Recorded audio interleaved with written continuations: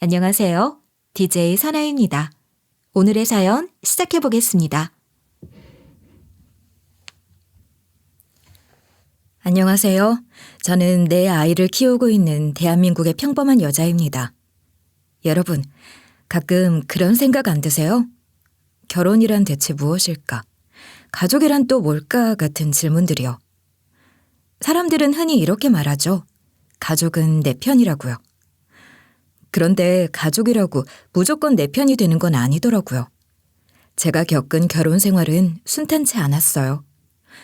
꿈꾸던 행복은 생각보다 쉽게 무너지고 믿었던 사람은 가장 큰 상처를 안겨줬죠. 하지만 전 상처받고 주저앉아 있지만은 않았습니다. 날 아프게 하는 관계에서 벗어나고 진짜 나와 아이들에게 필요한 가족을 다시 정의했거든요. 여러분도 혹시 누군가로 인해 마음이 무겁고 답답하다면 지금부터 들려드릴 제 이야기가 작은 위로와 용기가 되었으면 좋겠습니다. 이야기를 시작해 볼게요. 앞에서도 설명드렸지만 전 어릴 적부터 다복하고 행복한 가정을 꿈꿔왔어요. 제게는 그 꿈이 정말 간절했어요. 어릴 적부터 저희 집은 맞벌이 가정이었고 부모님께서는 항상 바쁘셨거든요. 그런 가정 환경 속에서 전 늘 외로움을 느끼며 자랐어요. 집안은 항상 조용했는데 그 적막함이 어린 마음에 꽤 무겁게 다가왔던 것 같아요. 전 늘 혼자였고 그런 시간이 너무 많았어요. 어릴 적부터 형제자매가 있는 친구들이 정말 부럽더라고요. 친구들과 놀다가도 집으로 돌아오는 길에는 어김없이 마음이 허전했어요. 친구들은 형제들과 놀고 싸우면서도 결국에는 서로 의지하며 크는 모습이 너무 좋아 보였거든요. 형제들과 티격태격하면서도 가족이 주는 따뜻함을 느끼는 친구들을 보면 전 어쩔 수 없이 제 외로운 현실을 떠올리곤 했어요. 친구들에게 부러움을 표시하면 친구들은 동생이 너무 귀찮게 군다며 넌 혼자라서 좋겠다라고 했지만 저는 혼자 있는 게 좋기는커녕 정말 외로웠어요. 그 마음을 부모님께 말해본 적이 있어요. 그 당시에 저는 정말 진지했거든요. 어린 마음에 형제가 생기면 제 외로움이 조금이라도 나아질 거라고 기대했던 거예요. 그래서 부모님께 용기를 내서 이야기를 꺼냈죠. 엄마, 아빠, 나 동생 낳아주면 안 돼요?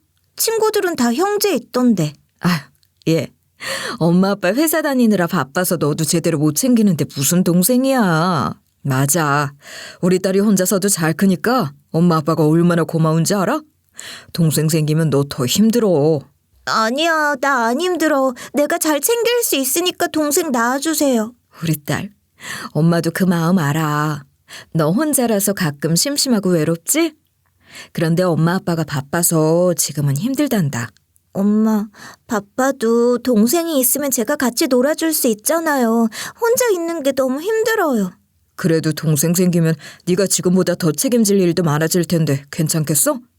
동생 울면 네가 봐줘야 하고 양보도 많이 해야 할 텐데? 네, 제가 다 잘할 수 있어요. 책임질게요. 우리 딸이 참 착하고 속 깊은 거 엄마 아빠도 잘 알아. 근데 동생을 키운다는 게 생각보다 훨씬 어렵단다.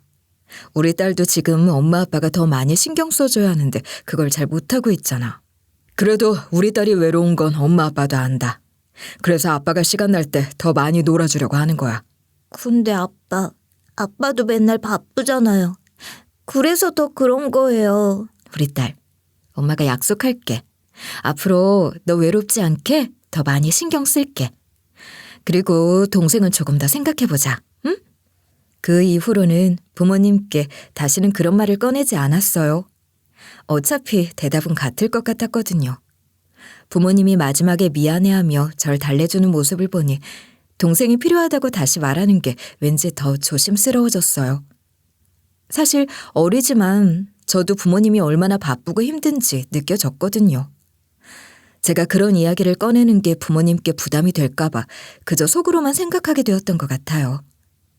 그날 이후로도 가끔 동생이 있으면 어떨까 상상했지만 그 상상은 항상 제 마음속에만 머물렀어요.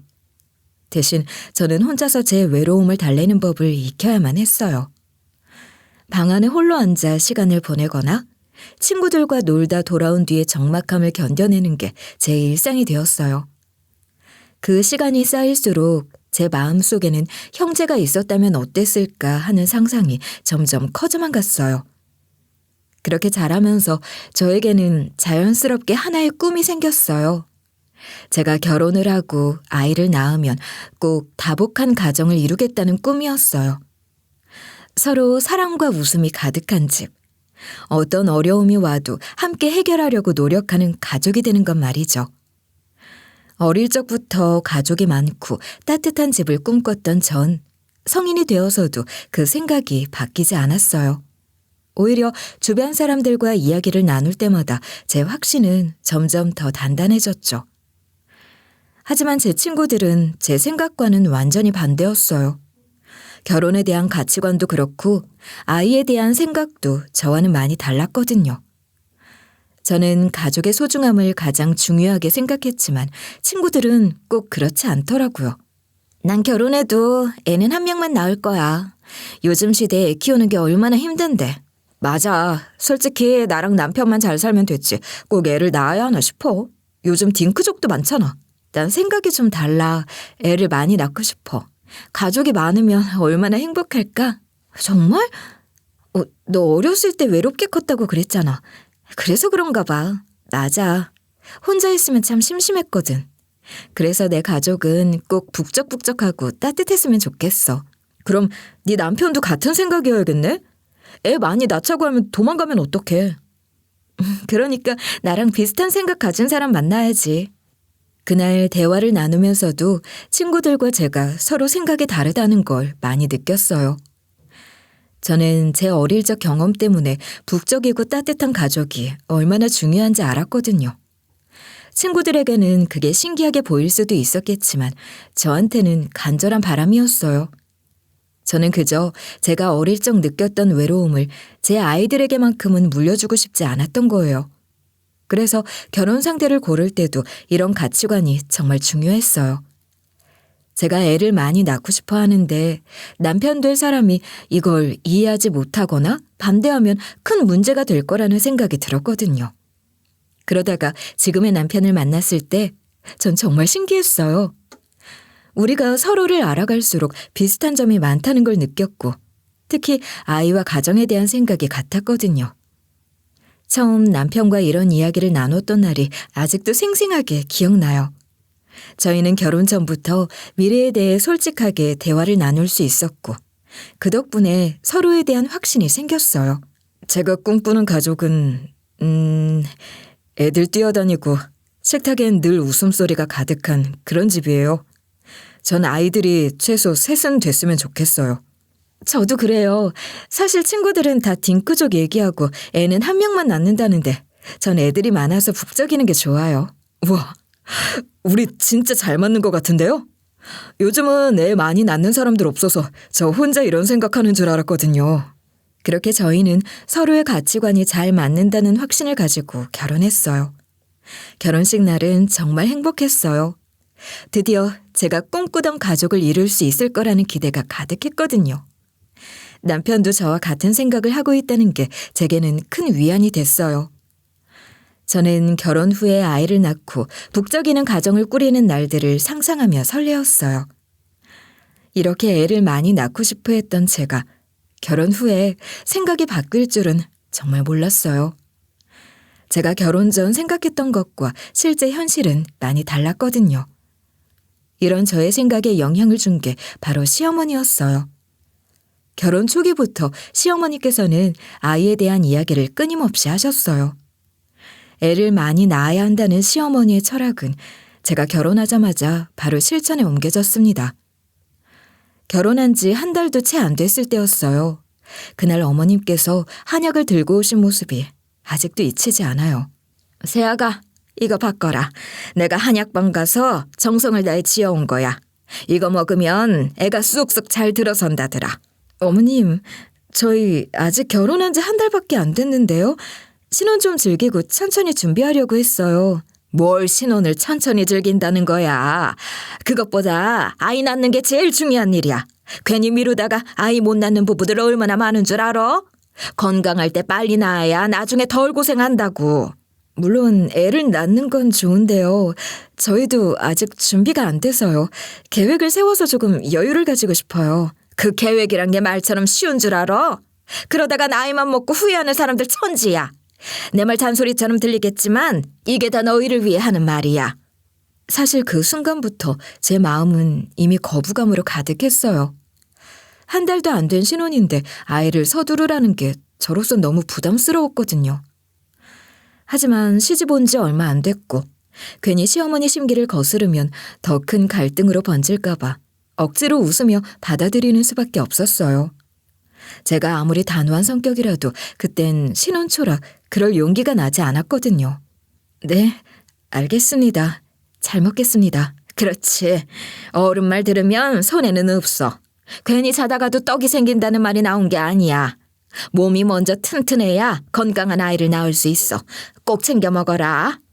저는 시어머니가 주신 한약을 억지로 입안에 꾸역꾸역 먹었죠. 그런데 그 한약이 효과는 정말 좋았던 모양이에요. 결혼한 지 5년 만에 벌써 딸 셋을 낳았거든요. 아이들이 셋이나 된다는 건 정말 고되고 힘든 일이지만 저는 딸들이 너무 예뻤어요. 딸 셋이라는 사실이 전혀 부끄럽지 않았어요. 그런데 시어머님은 달랐어요. 셋째 딸을 낳고 시댁에 갔을 때도 어머님께서 절 타박하신 일이 지금도 생생히 기억이 난답니다. 제가 태어난 지 한 달 된 셋째 아이를 시댁에 데리고 갔던 그날. 그 자리에는 시누이들도 함께 있었는데요. 제가 시댁에 오자마자 시누이들은 절 다독이며 정말 따뜻하게 대해줬어요. 흔히 말해서 여자들은 시누이가 많은 집안을 무서워한다고 하는데 전 결혼 생활을 하면서 지금까지 단 한 번도 불편했던 적이 없어요. 그만큼 성격이 좋으신 분들이었어요. 시누이들은 애 낳느라 고생했다며 저를 다독이며 정말 따뜻하게 대해줬어요. 큰 시누이는 늘 차분하고 배려심이 깊은 분이라 제가 낯설지 않게 먼저 말을 걸어주셨고 둘째 시누이와 셋째 시누이는 유쾌하고 활달한 성격이라 분위기를 부드럽게 만들어주셨어요. 두 분 다 제가 셋째까지 낳느라 얼마나 고생했는지 안다며 위로와 격려를 아끼지 않았죠. 고생했어. 아우, 애기 진짜 예쁘다. 어머, 이 눈 좀 봐. 완전 올케 닮았네. 우리 올케 진짜 수고했어. 올케 주려고 미역국이랑 맛있는 거 많이 싸웠어. 올케 잡채 좋아한다고 해서 내가 많이 했다고? 형님들 항상 너무 신경 써주셔서 감사해요. 에이, 가족끼리 이 정도 가지고 뭘 고마워해. 올케가 셋째 가진 건 집안의 경사니 이 정도 챙기는 건 당연한 거지. 아이고, 너네들은 뭐가 예쁘다고 그렇게 난리야? 딸만 셋 낳은 며느리가 미역국 먹을 자격이나 있니? 시어머니의 말에 방안 분위기는 순식간에 얼어붙었어요. 순간 너무 당황스럽고 어이가 없어서 말문이 막혔죠. 기가 막힐 만한 게 딸 낳은 저를 구박하는 시어머니 또한 딸 셋을 둔 엄마였거든요. 속에서는 분노가 치밀어옴과 동시에 첫째 딸과 둘째 딸을 친정에 맡기고 오길 잘했다는 생각이 들었어요. 세 아이를 모두 챙기는 게 힘들어 그날 친정집에 두 아이는 맡기고 셋째 딸만 시댁에 데리고 갔었는데요. 그게 옳은 선택이었던 거죠. 만약 그 말을 애들이 들었다면 어땠겠어요. 시누이들도 시어머니의 말에 어쩔 줄 몰라 하며 제 눈치만 보더라고요.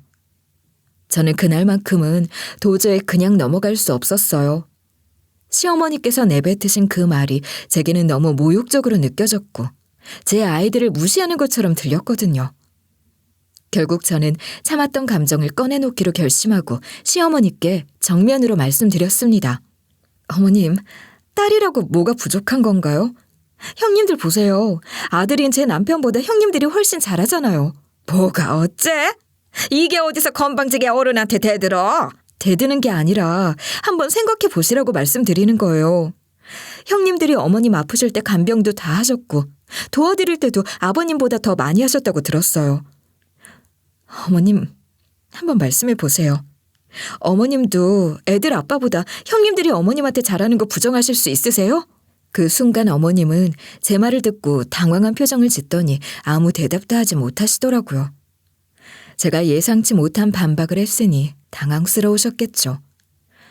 방 안은 어색한 침묵 속에 잠시 정적이 흘렀어요. 저는 내심 이제야 제 말이 조금은 통했나 싶었지만 그 기대는 오래가지 않았습니다. 잠깐 머뭇거리시더니 어머님은 결국 다시 아들 이야기를 꺼내셨고 그 말은 또다시 절 벽에 부딪히게 만들었어요. 딸이 아무리 잘해봤자 아들 하나만 못하다. 내 인생에서 가장 행복했던 땐 네 남편 낳았을 때야. 넌 넷째는 나처럼 꼭 아들을 낳아야 한다. 넷째도 아들 못 낳으면 두고 봐. 어머님, 형님들도 듣고 있는데 그런 말씀을. 냅둬. 우리 엄마 저러는 거 한두 해도 아니고. 시누이들의 체념 섞인 목소리에 제가 더 씁쓸해지더라고요. 어머님이 이런 식으로 말씀하신 게 하루 이틀이 아니라는 걸 알면서도 시누이들조차 그걸 당연하게 받아들이고 있다는 게 마음에 걸렸어요. 저만 속이 상하는 게 아니라 형님들도 오랜 시간 이런 말들에 상처를 받았을 거란 생각이 드니 마음이 답답했죠. 대화로 뭔가를 바꿀 수 있으리라는 기대를 품은 제가 오히려 순진했던 걸까요? 어머님의 말씀을 들으면서 속에서 한숨이 절로 나왔습니다. 딸 셋이라는 이유로 그렇게 비난받아야 하는 건가 싶어서요. 그날 저는 아무 말 없이 한숨만 삼켰어요. 더 이상 대화를 이어가는 게 무슨 의미가 있을까 싶더라고요. 어머님 말씀에 상처받은 마음은 컸지만 그저 상황을 넘기고 조용히 넘어가는 수밖에 없었습니다. 어머님은 그 뒤에도 계속 넷째를 낳으라는 말씀을 반복하셨어요. 특히 아들을 꼭 낳아야 한다는 그 집착은 시간이 지나도 전혀 변하지 않더라고요. 처음에는 그냥 흘려들으려고 했지만 매번 이어지는 잔소리에 점점 지치고 힘들어졌어요. 그런데 어머님의 염원이 하늘에 닿은 걸까요? 마침내 넷째 때 아들을 낳게 됐습니다. 넷째 아이를 낳았을 때 어머님의 반응은 딸을 낳았을 때와는 완전 달랐어요. 딸 셋을 낳았을 때는 그리 반기지도 않던 어머님이 아들이 태어나자마자 온갖 칭찬과 웃음으로 절 대하셨거든요. 아들을 낳고 시댁에 아이를 보여드리러 갔는데 그날은 아주 진수성찬을 차려놓으셨더라고요. 딸들을 데려갔을 땐 고생했다는 말도 잘 안 해주셨던 분이 말이죠. 절 앉히시고는 고기 반찬을 밀어주시며 상냥한 말투로 대하시는 모습에 놀라 자빠질 뻔했어요. 아휴, 고생 많았다. 아들 낳느라 힘들었지? 여기 고기 반찬 좀 더 먹어. 너 불고기 좋아한다고 해서 오늘 많이 했다. 웬일로 엄마가 우리 집사람을 챙겨? 손자를 보게 해줬는데 이 정도는 해야지. 넷째 낳느라 애썼다. 그 순간 어머님 말씀에 웃어야 할지 울어야 할지 모르겠더라고요. 물론 좋은 대접을 받는 건 기분 좋은 일이긴 했어요. 하지만 그 이유가 단지 아들을 낳았기 때문이라니 제 마음 한쪽이 묘하게 씁쓸했어요. 왜 딸이 셋일 땐 이런 대접을 못 받았을까 하는 생각이 자꾸 들더라고요. 이렇게 대놓고 차별을 하셔도 되는 건가라는 생각이 들면서도 차마 입 밖으로 내진 않았습니다. 그날 저녁 진수성찬을 앞에 두고도 제 속은 편치 않았어요.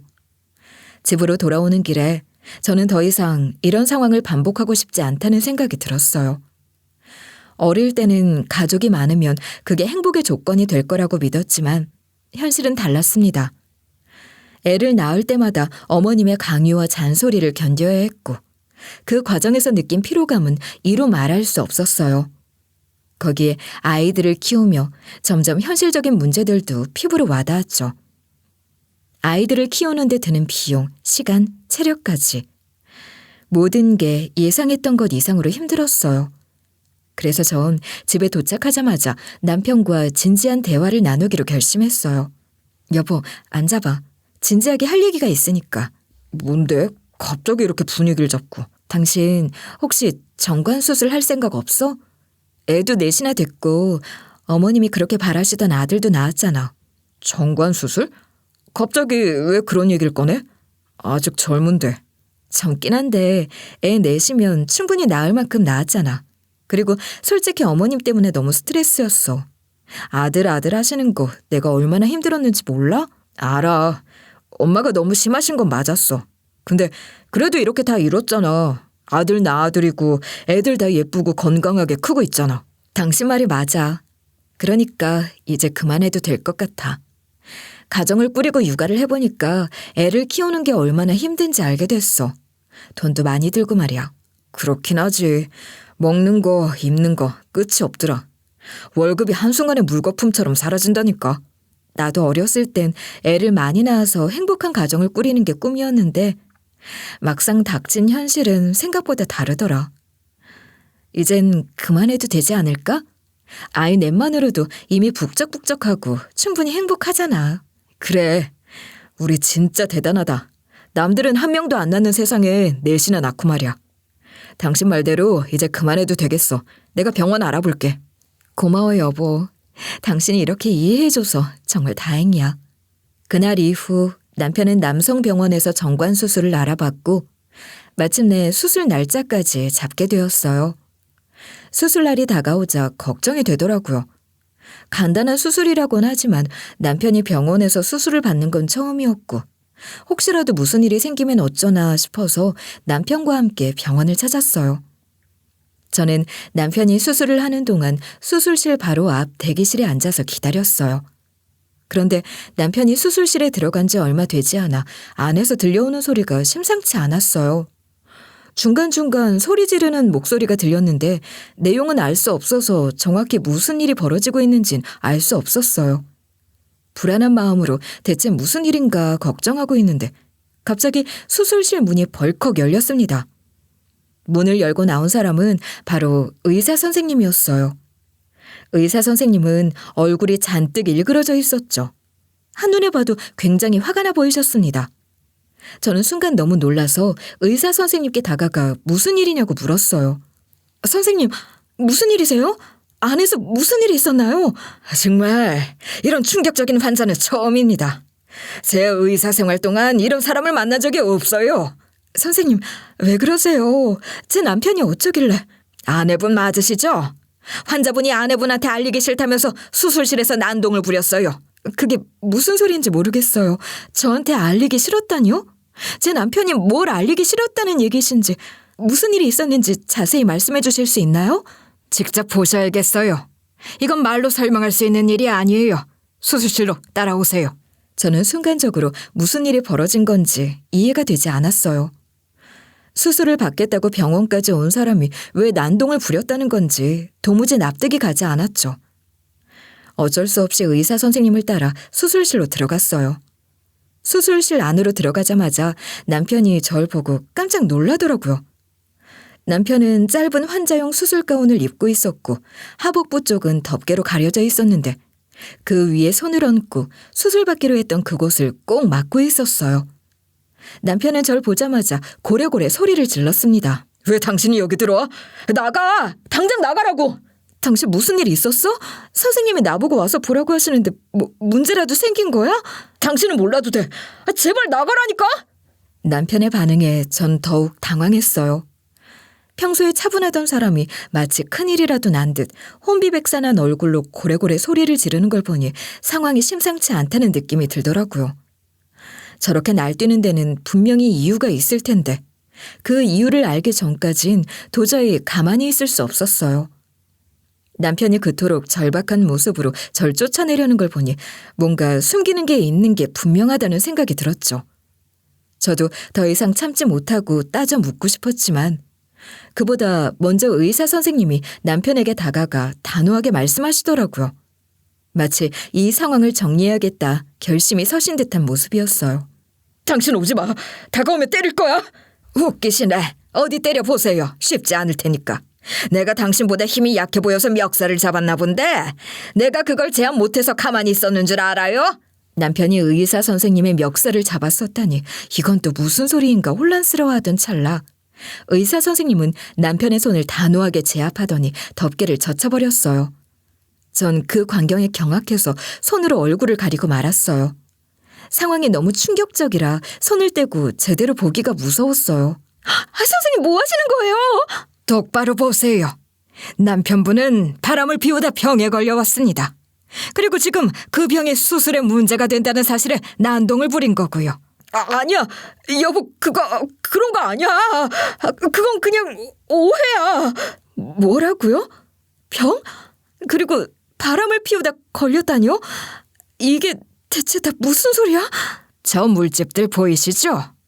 이건 외부 요인으로 인한 감염입니다. 다른 사람한테 옮겨와야 나타나는 증상이거든요.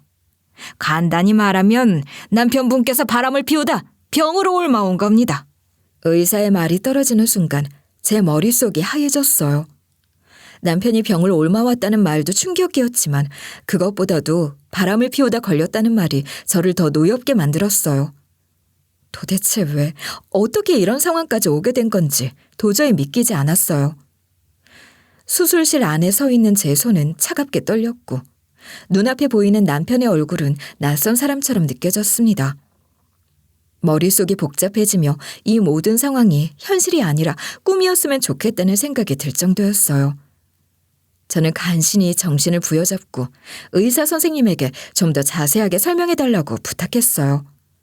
의사 선생님은 제가 이해할 수 있도록 차근차근 설명해 주셨죠. 의사 선생님은 수술을 집도하려던 중 수술하려던 부위에서 이상한 물집을 발견했다고 하더라고요. 그 부위는 병에 감염된 것으로 보였고 이 상태에서 수술을 진행하면 감염이 다른 부위로도 번져 합병증이 생길 수 있다고 판단하셨다고 해요. 그래서 수술을 중단해야겠다고 생각했고 남편에게는 병변 부위를 먼저 치료하고 치유된 뒤 다시 수술 날짜를 잡자고 했다고 하더라고요. 근데 남편은 의사의 말을 듣자마자 크게 당황하며 갑자기 다급한 목소리로 상관없으니 그대로 수술을 진행해달라며 고집을 부렸다고 했어요. 의사 선생님은 그 말에 더 당황스러워서 지금 이 상태로 수술을 강행하면 더 큰 문제가 생길 수 있다며 그렇게 할 수 없다고 단호하게 말했다고 하더라고요. 남편은 여기서 멈추지 않았다고 해요. 오히려 더 흥분해서 수술을 중단하면 아내가 그 이유를 물어볼 텐데 병에 걸렸다는 사실을 말해야 하지 않겠냐고 하면서 저한테는 절대 알리지 말고 수술을 끝내달라고 고집을 부렸다고 했어요. 의사 선생님은 말도 안 되는 소리라고 경악했지만 남편은 계속 수술을 강행해달라며 억지를 부렸대요. 결국 두 사람은 수술실 안에서 팽팽하게 대립하며 말다툼을 벌이게 됐다고 하더라고요. 의사는 최대한 이성적으로 설득하려고 했다고 했어요. 감염 상태에서는 절대로 수술을 진행할 수 없으며 환자 본인의 건강을 위해서라도 중단해야 한다고 여러 번 설명했대요.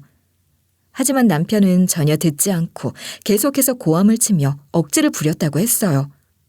그러다가 남편이 갑자기 의사의 멱살을 잡고 무리하게도 이 머리도 없는 대머리 의사가 환자 말도 안 들어주냐며 비하하는 말을 했다고 하더라고요. 그 말을 들은 의사 선생님은 순간적으로 더는 참을 수 없었다고 했어요. 의사로서 환자를 설득하려고 애쓰는 것도 중요하지만 대머리라는 비하 발언과 무례한 태도에 한계를 느꼈다고 했어요. 저는 누가 저보고 대머리라고 욕하는 걸 제일 싫어합니다. 그런데 남편분께서는 제 외모를 가지고 인신공격하시더군요. 제가 뭐 몹쓸 짓을 하는 것도 아니고 환자를 위해 수술을 중단하겠다고 하는 건데도 그런 식의 태도를 보이니 더 이상 이 상황을 묵고할 수 없다는 생각이 들었어요. 그래서 아내분한테 알려야 한다고 생각했습니다. 그러셨군요. 아니, 왜 의사 선생님한테 그런 말을... 저분은 그냥 고집을 부리는 수준을 넘었어요. 다시 한번 말하는 거지만 의사 생활 동안 이런 환자는 처음입니다. 그런데 선생님, 저희가 사전검사도 했었잖아요. 그런데 왜 물집이 잡힌 그걸 왜 지금에서야 알게 된 거죠? 잠복기 때문이죠. 원래 저 병은 바로 증상이 나타나는 게 아니라 짧으면 2일, 길면 12일 넘어서야 확인이 가능하거든요. 그래서 사전검사에선 안 나왔던 거고 오늘 발견한 이상소견으로 판단한 겁니다. 의사의 말을 듣고 나니 분노가 속에서부터 치밀어 올라오는 걸 도저히 억누를 수가 없었어요. 저는 남편이 정관수술을 흔쾌히 수락했던 게 떠올랐어요. 어쩐지 일이 너무 쉽게 풀린다 했더니 애초에 수술을 하겠다고 나선 이유가 혹시 다른 여자와 바람을 피우면서 덜컥 애가 들어설 걱정 없이 마음 편히 딴짓을 하기 위해서가 아니었나 하는 의심까지 들었어요. 저의 이글이글한 시선은 자연스럽게 남편에게 향했어요. 그런데 남편은 제 눈을 똑바로 보지도 못하고 시선을 피하더라고요. 그러다가 갑자기 의사 쪽으로 고개를 돌려 자신을 변호하기라도 하는 듯 소리치기 시작했어요. 여보, 당신은 저 돌팔이 의사 말 들을 필요도 없어. 저 의사가 지금 날 엉뚱하게 몰아가는 거라고. 환자분, 제 소견에 문제가 있으면 정식으로 항의하세요. 하지만 제가 본 증상은 명백합니다. 당신 말이야, 의사면서 환자 정보 함부로 누설해도 된다는 거야? 내가 신고할 거야. 의료법 위반으로. 신고하세요. 벌금 좀 내면 되니까요. 하지만 저도 가만히는 안 있을 겁니다. 제 멱살 잡고 난동 부린 당신을 저도 폭행죄로 신고할 겁니다. 의사는 남편의 거친 반응에도 전혀 흔들리지 않았고 오히려 차분하고 당당한 태도로 자신의 전문성을 믿으라는 듯 단호하게 응대했죠. 하지만 남편은 여기서 물러나지 않으며 갑자기 의료법을 들먹이며 의사를 비난하기 시작했지만 의사한텐 먹히지도 않았어요. 그 말을 듣고 남편의 얼굴이 굳어져 갔고 이쯤 되니 남편도 더는 의사와 말싸움을 이어가는 게 불리하다는 걸 깨달은 듯 했어요. 남편은 갑자기 절 향해 무릎을 꿇기 시작했어요. 그 모습에 전 어이가 없어서 눈만 깜빡이고 있었죠. 한참을 머뭇거리던 남편은 마치 모든 상황을 모면하려는 듯한 태도로 변명을 늘어놓기 시작했어요. 자기야, 내가 다 설명할게. 한 번만 들어줘. 뭐 하는 거야? 다른 사람도 다 있는데 창피하게 이러지 마. 제발 여보, 저 의사 말 믿지 마. 남편이 내 말을 믿어. 변명이고 나발이고 바지부터 입어. 보기도 역겨우니까. 자기야, 이건 정말 오해라고. 여보, 어디가? 잠깐, 나가기 전에 내 말 좀 들어줘. 남편은 상체만 가린 얇은 수술 가운을 입고 있었기 때문에 아래는 그대로 드러난 채 우스꽝스러운 자세로 무릎을 꿇고 있었어요. 제 앞이라도 민망한 건지 그곳을 가리려 애썼지만 오히려 그 모습이 더 추하게 느껴지더라고요. 그런 남편의 추태를 보니 역함이 밀려왔어요. 저는 더 이상 말할 가치가 없다고 느끼고 수술실 문을 박차고 나왔어요. 그런데 남편은 그런 절 따라 나오더니 상의만 입은 채로 복도까지 달려나왔어요. 진짜 미친놈 아니에요? 제가 바지를 입으라고 언지를 줬는데도 저한테 변명해야 한다는 생각에 제 말을 제대로 듣지도 않은 거죠. 복도에 있던 간호사들은 남편의 모습을 보고 경악했어요. 간호사들이 놀라 소리치는 와중에도 남편은 자신의 상황은 전혀 깨닫지 못했는지 우왕좌왕하며 복도를 서성이더라고요. 간호사들이 대놓고 고래고래 소리를 지르고 나서야 남편은 자신이 뭔가 심각한 실수를 했다는 걸 뒤늦게 알아차린 듯 했어요. 그제서야 남편은 황급히 아래를 보더니 경악한 표정이 돼서 손으로 어떻게든 가려보려고 안간힘을 썼죠. 그리고는 내 바지 좀 내놓으라고, 바지 어디 갔냐고 소리를 지르기 시작했어요. 그 모습을 지켜보는 저로선 그저 한심하다는 생각뿐이었어요. 제 앞에서 무릎을 꿇고 변명을 늘어놓던 모습도 황당했는데 복도 한가운데서 간호사들한테까지 망신을 당한 남편을 보니 더는 참을 수가 없었어요. 저는 조용히 한숨을 내쉬고 더 이상 이 상황을 지켜볼 가치가 없다는 판단에 병원을 나와버렸습니다. 남편은 여전히 복도 한가운데에서 어쩔 줄 몰라하며 쩔쩔매고 있었고 간호사들의 두근거림이 점점 커지던 게 제가 본 마지막 장면이었어요. 병원 문을 나서는 순간까지 제 머릿속은 복잡했지만 한 가지는 분명했어요. 남편에 대한 믿음은 완전히 무너졌고 그동안 제가 알던 남편의 모습이 모두 가식이었단 사실이요. 남편과 함께했던 모든 시간이 무가치하게 느껴졌고 저 사람이 과연 내 아이들의 아빠로서 자격이 있는지도 의문스러웠어요. 앞으로 남편과의 관계를 어떻게 해야 할지 막막했지만 적어도 확실한 건 지금 이 순간은 남편 얼굴을 쳐다보기도 싫다는 거였어요. 그날 집에 돌아가자마자 저는 머릿속이 너무 복잡해서 애들을 데리고 곧장 친정집으로 향했어요. 집에 돌아올 남편과 마주치고 싶지 않았거든요. 남편과도 더는 대화하고 싶지 않았거든요. 저는 신생아 카시트에 넷째 아이를 앉히고 안전벨트를 채웠어요. 딸들은 차에 타면서 영문 모를 눈빛으로 절 쳐다봤죠. 하지만 눈치 빠른 제 딸들답게 뭔가 엄마인 제 기분이 심상치 않다는 걸 눈치챘는지 시끄러웠던 평소와 달리 얌전하게 앉아만 있더라고요. 저도 운전하는 내내 아무 말 없이 핸들만 붙잡고 있었어요. 그렇게 친정집에 도착했을 때 부모님은 예상치 못한 저의 방문에 깜짝 놀라셨어요. 엄마 아빠의 얼굴을 보자 그 순간까지도 참고 있었던 눈물이 터지고 말았어요. 엄마와 아빠는 당황해서 한참 동안 절 다독이셨지만 전 한동안 아무 말도 할 수 없었어요. 30분 가까이 울기만 했던 것 같아요. 숨을 고르고 진정된 뒤에야 겨우 병원에서 있었던 일을 설명할 수 있었어요. 말을 시작하면서도 목소리가 떨려서 몇 번이나 멈춰야 했어요. 하지만 이야기를 이어갈수록 부모님의 얼굴은 점점 더 굳어졌어요. 제가 모든 상황을 털어놓자 아빠는 벌떡 일어나 노발대발 하셨습니다. 이 망할 놈이 다른 여자랑 놀아나다 그런 것까지 옮겨왔어? 이놈 저 세상으로 보내버릴 테다. 내가 당장 찾아가서 두들겨 패고 올 거야. 여보, 진정해. 일단 우리 딸 몸 상태부터 확인해야지. 만약 옮았으면 어떡하려고 그래? 아니 그럼 그놈이 우리 딸 두고 딴 년이랑 놀아놨는데도 그냥 넘어가라고? 진정해 여보. 그런 얘기가 아니잖아. 지금 중요한 건 우리 딸이야. 우리 딸도 윤서방한테 옮았을 수도 있으니 내일 병원 가서 바로 검사 받아야지. 아무리 화가 나도 이성적으로 대처해야 돼. 우리 딸 검사부터 한 다음에 사위놈 죽이든 살리든 하자고. 네, 엄마 말이 맞아요. 나도 검사 받고 확인해 볼게요. 근데 정말 너무 속상해요. 어떻게 그 사람이 그럴 수 있지? 괜찮아. 네 잘못은 없으니까 너무 자책하지 마. 기억해. 윤서방이 어떻게 나오든 우리는 네 편에 서줄 테니까 걱정 말고 몸부터 챙기자. 그래. 우선 네 몸 상태부터 확인하자.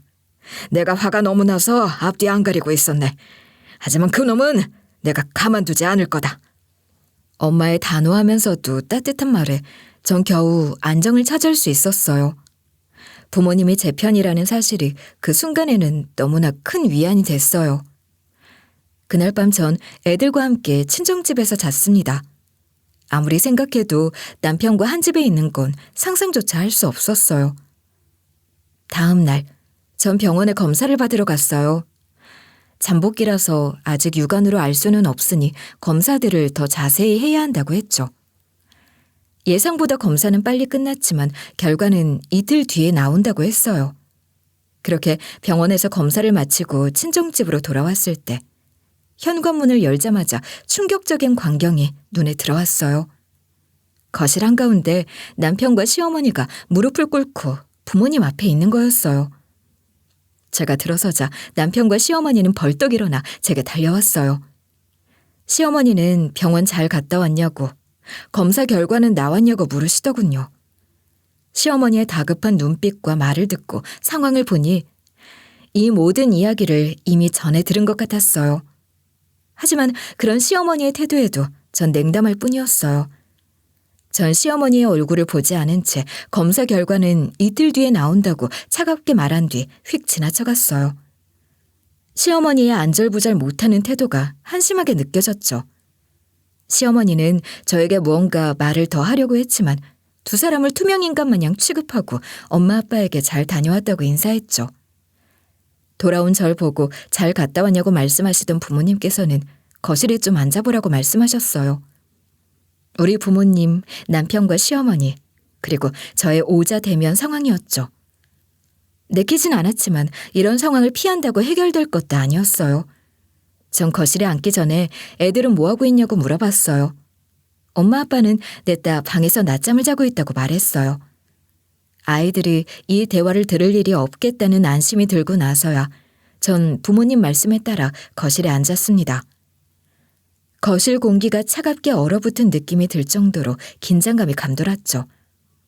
시어머니와 남편은 다시 엉거주춤하게 앉아 머리를 숙이고 고개를 들지 못했지만 그런 모습조차 진정한 반성이 아니라 상황을 모면하려는 태도처럼 보였어요.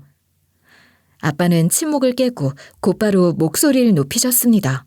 자네는 말이야, 이게 말이 된다고 생각하나? 어떻게 가정에 있는 놈이 이런 짓을 할 수 있냐고. 정말 죄송합니다. 딱 한 번 실수였어요. 동료 유혹에 넘어가 술집에 갔다가 그만. 정말 다시는 이런 일 없게 하겠습니다. 윤서방, 그 딱 한 번의 실수가 우리 딸에게 얼마나 큰 상처를 준 줄 알아? 할 말이 없습니다. 장모님, 제가 100번이고 잘못했습니다. 남편은 머리를 조아리며 계속 사과했죠. 참 기가 막힌 게 시어머니는 이 와중에도 우리 부모님 앞에서 고개를 숙이는 지의 아들을 안쓰러운 마냥 보고 있더라고요. 시어머니는 그렇게 남편을 쳐다보고 있다가 갑자기 제 쪽으로 고개를 돌리더니 손을 턱하니 잡더라고요. 저는 재빨리 손을 빼내려고 했지만 시어머니가 꽉 잡고 놔주지 않았어요. 그리고 애처로운 표정으로 가증스러운 말을 내뱉었어요. 애미야, 속상한 거 이해한다. 근데 말이다. 남자가 살다 보면 한 번쯤 실수할 수도 있는 거란다.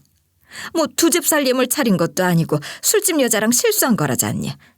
그러니까 그렇게 매정하게 굴면 안 돼. 한 번만 용서해 줘라.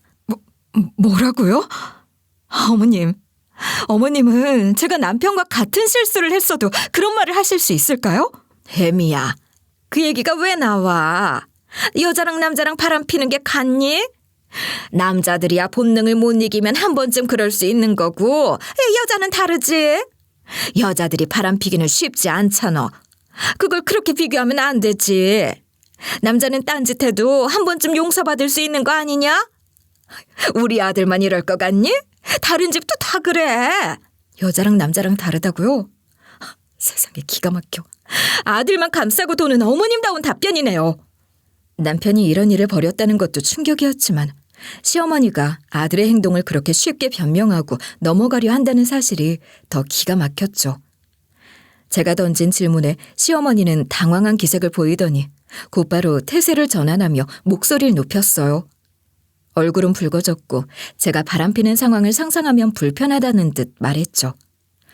여자와 남자는 다르다며 뻔뻔하게 아들을 감싸고 도는 그 태도가 도저히 납득이 가지 않았어요. 심지어 다른 집까지 들먹이며 다 똑같다는 식으로 말했을 땐 구역질이 올라오는 것 같았죠. 이런 상황에서도 아들을 감싸는 게 우선인 시어머니의 태도가 정말 황당했어요. 전 시어머니를 바라보며 이게 과연 진심으로 용서를 구하러 온 사람의 태도인지 의문이 들었어요. 시어머니의 말을 듣고 화난 건 저뿐만이 아니었어요. 옆에서 듣고 있던 엄마와 아빠가 단단히 화가 나셨죠. 엄마 아빠 두 분 다 자리에서 벌떡 일어나 남편과 시어머니의 손을 잡고 두 사람을 일으켜 세우려고 했어요. 흥분한 엄마 아빠를 보자 남편이 더 다급해졌는지 손을 비비며 우리 가족에게 빌기 시작했어요. 엄마랑 아빠가 어서 일어서라고 일으켜 세우려고 했지만 다리에 힘을 주며 어떻게든 버티고 있었죠. 이따위 쓰레기 같은 말이나 하려고 온 거면 그냥 돌아가세요. 이게 어딜 봐서 용서를 받으러 온 사람의 태도죠? 말하시는 꼴을 보니 더 이상 들어볼 가치도 없는 것 같군요. 그냥 이 집에서 나가주십시오. 사돈 어른, 갑자기 왜 이러세요? 네? 당장 일어나시라고요. 둘 다 나한테 당장 맞고 싶습니까? 얼른 나가요. 아버님, 제발 한 번만 봐주세요. 여보, 내가 잘못했어. 때려서라도 풀리면 그렇게 뭐든 할게. 이게 무슨 소리야? 너 지금 며느리한테 맞겠다고 하는 거니? 아니, 귀한 네 얼굴에 상처라도 나면 어쩌려고. 애미야, 차라리 날 치거라. 그렇게 해서라도 네 속이 풀린다면 내가 얼마든지 맞을 수 있어. 그러니 제발 이번 한 번만 용서해 주거라, 애미야. 시어머니는 제 쪽으로 얼굴을 들이대면서 어서 치라고 난리도 아니었어요. 그 말을 들으며 저는 헛웃음이 나왔어요. 두 사람이 나란히 앉아 서로 다른 변명을 늘어놓으며 이 상황을 모면하려는 모습은 더 이상 보고 싶지 않았어요. 저는 가타부타 말을 얹지 않고 엄마 아빠와 함께 두 사람을 일으켜 세우는데 힘을 보탰어요. 다행히 세 사람이 힘을 합하자 시어머니와 남편을 현관 바깥까지 몰아낼 수 있었어요. 중간에 시어머니와 남편이 안 나가겠다면서 비명 지르고 난동을 부리는 바람에 조금 시간은 걸렸지만 말이죠. 저는 현관문 바깥에서 울먹이고 있는 시모를 보며 마지막 일가를 날렸습니다. 어머님, 앞으로 저와 부모님을 보실 일은 없을 거예요. 물론 저뿐만 아니라 어머님이 그렇게 애지중지하는 손자도 앞으로 못 보게 해드릴게요. 어머님이 가장 갖고 싶어 했던 걸 제가 뺏어올 거예요. 그리고 영영 멀리서도 못 보게 만들 거예요. 애미야, 그게 무슨 말이야. 손주를 못 본다니. 잠깐은 문 닫지 말아봐. 야, 닫지 말라고. 저는 시어머니의 절규에도 아랑곳하지 않고 문을 쾅 닫아버렸습니다. 남편과 시어머니를 친정에서 내쫓은 뒤 저는 친정에서 아이들과 지내면서 이혼을 준비하게 되었죠. 사실 전 처음부터 이혼까지는 생각하지 않았어요. 물론 남편이 한 짓은 당장이라도 땅에 묻어버리고 싶을 만큼 분노스러웠지만 우리 아이들 때문에 쉽사리 이혼을 결정할 수 없었어요. 아이들은 한순간에 아빠를 잃어버릴 테니까요. 그래서 어떻게든 결혼관계는 유지하면서 이 문제를 해결해 보려고 했죠. 하지만 그날 시어머니의 뻔뻔한 태도를 보니 그런 생각조차 어리석었다는 걸 깨달았어요. 시어머니가 끝까지 아들을 감싸고 도는 모습이 정말 기가 막혔거든요. 이런 상황에서 아이들에게 어떤 환경을 물려줄지 생각하니 차라리 이혼을 해서라도 그들로부터 아이들을 지키는 게 낫다는 결론에 이르게 된 거예요. 특히 제 딸들을 생각하면 그랬어요. 저 정도로 아들 거리는데 커갈수록 손녀와 손자를 차별할 것은 뻔한 일이었으니까요. 그렇게 남편에게 이혼을 선언했지만 남편은 현실을 쉽사리 받아들이지 않았어요. 절 설득해보겠다면서 친정집을 찾아와서 매달렸죠. 그렇게 하면 제 결심이 흔들릴 거라 믿었나 봐요. 정말이지. 이 사람은 정말 끝까지 자기만 생각하는구나 싶었어요. 남편이 또 찾아왔던 그날도 저는 애들을 엄마가 있는 큰 방에 들여보내고 인터폰 수화기를 든 채 화면을 보고 있었죠. 남편의 목소리가 수화기를 타고 울려 퍼졌어요. 여보, 제발 문 좀 열어줘. 나랑 얘기라도 한번 하자. 내가 잘못했어. 진짜 잘못했어. 뭘 더 얘기해? 말했잖아. 난 이미 결정 내렸다고. 내가 다 바꿀게. 바람 안 피는 건 물론이고 당신이 원하면 뭐든 다 고치고 다 포기할게. 우리 애들 생각해서라도 한 번만 기회를 줘. 제발. 애들이 아빠 없이 어떻게 커. 날 위해서가 아니라 애들을 위해서라도 생각해줘. 여기서 정말 화가 치밀어 올랐어요. 남편이 아이들을 빌미로 제 결심을 흔들어 보려는 그 비열한 수작이 역겨워서 치가 떨리더라고요. 아이들이 무슨 잘못이 있나요? 자기가 만든 잘못을 덮기 위해 애들 이름을 입에 올리며 구걸하는 모습이 정말 혐오스러웠어요. 순간 문을 열고 확 쏘아붙이고 싶었지만 참았어요. 그러면 그 사람이 원하는 대로 제가 감정적으로 흔들리게 되는 거나 다름없고 또 남편이 친정집 안에 들어오게 될 빌미를 주는 거잖아요. 전 마음을 가다듬은 채 최대한 이성적으로 말했어요. 애들이 너 같은 아빠 밑에서 자라는 게 더 불행이야. 너 같은 거 없어도 나랑 부모님 사랑만으로도 잘 자랄 수 있어. 그러니까 더 이상 구질구질하게 굴지 말고 꺼져. 여보, 제발 한 번만 봐줘. 이렇게 빌잖아. 남편은 그렇게 한참을 더 소리치며 문 앞을 떠나지 않았어요.